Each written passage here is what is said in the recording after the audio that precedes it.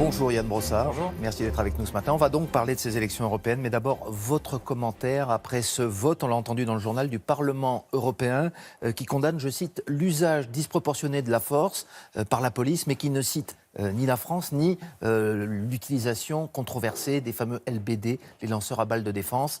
Quel est votre commentaire ce matin ? C'est un vote que je soutiens. Je pense qu'il y a effectivement un certain nombre de questions à se poser sur l'usage d'un certain nombre d'armes. Je pense notamment au LBD 40 qui n'est utilisé pour le maintien de l'ordre que dans 3 pays de l'Union européenne. Et quand on voit les conséquences de l'usage de ces armes, quand on voit ces manifestants éborgnés, ces mains qui ont été arrachées, il y a effectivement un certain nombre de questions à se poser. Alors les responsables de la police disent qu'effectivement ces armes occasionnent des blessures graves, mais ils expliquent qu'ils n'ont guère d'autres moyens pour faire face à certains manifestants et à des casseurs qui deviennent de plus en plus violents. Est-ce que ça c'est une réalité et qu'est-ce que vous préconisez dès lors ? Je comprends ce qu'elles disent. Je pense qu'on a surtout un manque de moyens humains en matière de police nationale et que si on avait plus de policiers qui s'étaient déployés sur le terrain, on n'aurait pas eu... Plus de policiers, il y en a des dizaines de milliers chaque samedi. On a besoin d'augmenter le nombre de policiers dans notre pays et on a besoin d'un plan d'embauche massif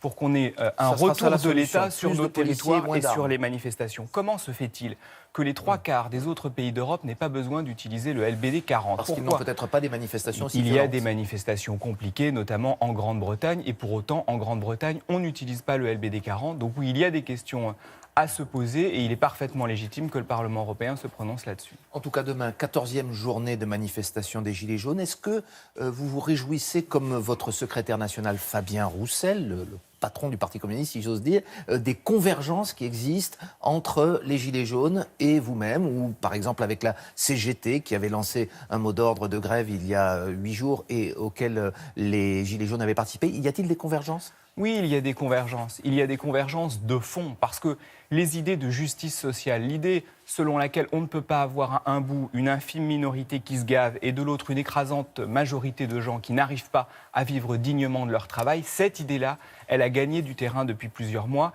et la mobilisation des Gilets jaunes y est pour beaucoup. On ne peut pas continuer à vivre dans une société où on ne vit pas dignement de son travail. Or, aujourd'hui, l'écrasante majorité de ceux qui travaillent n'arrivent pas à boucler leur fin de mois et à vivre correctement, à donner un peu de bonheur à leurs gosses. Et c'est ce qu'exprime le mouvement des Gilets jaunes. Convergence ou soutien et volonté que ce mouvement continue. Vous avez observé qu'aujourd'hui, une majorité de Français souhaitent maintenant que ce mouvement s'arrête, puisqu'il dure depuis le 17 novembre. Ce que je souhaite surtout, c'est que le gouvernement soit contraint de prendre un certain nombre de mesures pour le pouvoir d'achat. Il en a pris très insuffisamment. Au mois de décembre et janvier. Et si les Français avaient considéré que le gouvernement avait répondu à l'ensemble de ces revendications-là, il n'aurait pas continué.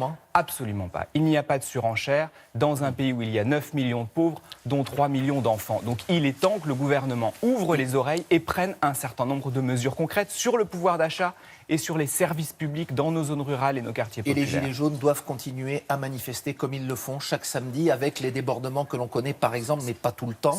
Ça n'est pas à moi de dire aux Gilets jaunes s'ils doivent continuer leur mobilisation ou pas. D'ailleurs, ils n'ont pas attendu que les partis politiques s'expriment pour commencer à se mobiliser. En revanche, ce qui est sûr, c'est que les revendications qui sont les leurs sur le pouvoir d'achat, sur la préservation des services publics, je les soutiens pleinement. Alors un appel a été lancé hier par 14 partis, dont le vôtre, pour lancer en quelque sorte un cri d'alarme contre la montée de l'antisémitisme dans le pays. Il y a une question qui se pose, vous allez être 14 partis donc, mais 2 manquent à l'appel. La France Insoumise de Jean-Luc Mélenchon et le Rassemblement National de Marine Le Pen. Pour quelle raison ? Moi, je crois vraiment que sur une question comme celle-là, on doit d'abord se tenir droit et on ne peut pas laisser filer un certain nombre d'actes antisémites comme on en a vu à Paris depuis plusieurs jours. Y a-t-il un lien avec le climat social du reste ? Je ne le pense pas. Le climat de violence ? Je ne le pense pas. Vous ne pensez pas, vous en êtes sûr ? Et je pense qu'on a tort de faire un amalgame.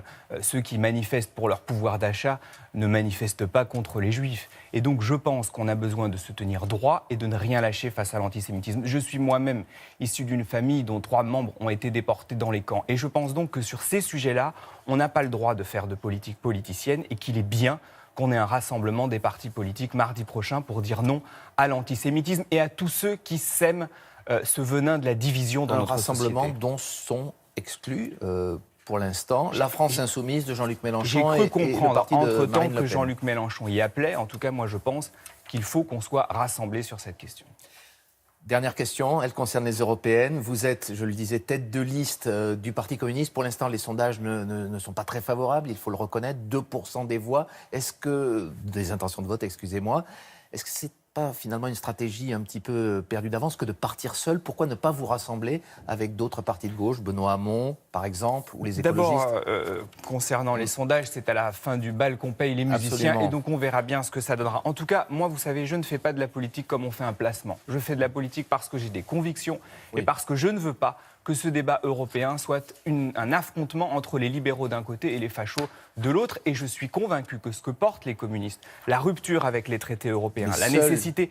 Eh bien, nous continuons à tendre la main à ceux qui souhaitent travailler avec nous. Mais en tout cas, aujourd'hui, je suis en campagne, à Benoît Hamon notamment.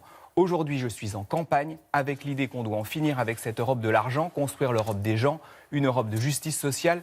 Ça nous fera beaucoup de bien et ça changera des politiques d'austérité qu'on a connues depuis maintenant des années. Sortons des formules, si vous voulez bien. Vous tendez la main, ça veut dire quoi, Monsieur Brossard? Allez-vous faire liste commune avec Benoît Hamon? Est-ce que vous pouvez nous le dire ce matin? Ça veut dire que je suis en campagne, que je trace mon chemin et si d'autres souhaitent travailler avec nous, je leur dis welcome. Donc je dis à Benoît Hamon, si tu souhaites construire quelque chose avec nous, je te dis welcome, nous nous verrons d'ailleurs. La semaine prochaine, moi je suis toujours ouvert au rassemblement, mais à une condition, c'est que ce rassemblement il soit clair, il soit cohérent. On ne peut pas continuer avec une Union européenne qui nous pourrit la vie avec des traités européens libéraux. Donc s'il y a rassemblement, ça doit être un rassemblement dans la sincérité et dans la clarté. On en finit avec l'Europe libérale et on construit enfin une Europe des peuples. Welcome, je reprends votre mot, à Benoît Hamon, à Olivier Faure aussi, au Parti socialiste, aux écologistes, ou ça s'arrête juste à Benoît Hamon? Je vous l'ai dit, je pense qu'il faut être cohérent. Le Parti socialiste, il a voté tous les traités européens. Il a voté le traité de Maastricht, il a voté le traité constitutionnel européen, tous ces traités qui nous imposent la règle des 3%, les politiques d'austérité. Avec lui. Ce ne serait pas sincère. Et si on le faisait, vous nous diriez, vous pensez tout et son contraire, et ça n'est pas cohérent. Je vous remercie Yann Brossard. Merci à vous. Un rendez-vous politique à noter pour ce week-end. Nicolas Dupont-Aignan, il sera l'invité d'un dimanche en politique sur France 3, dimanche à 12h15 avec Francis Letellier. Voilà, très bonne journée et c'est à vous Laurent.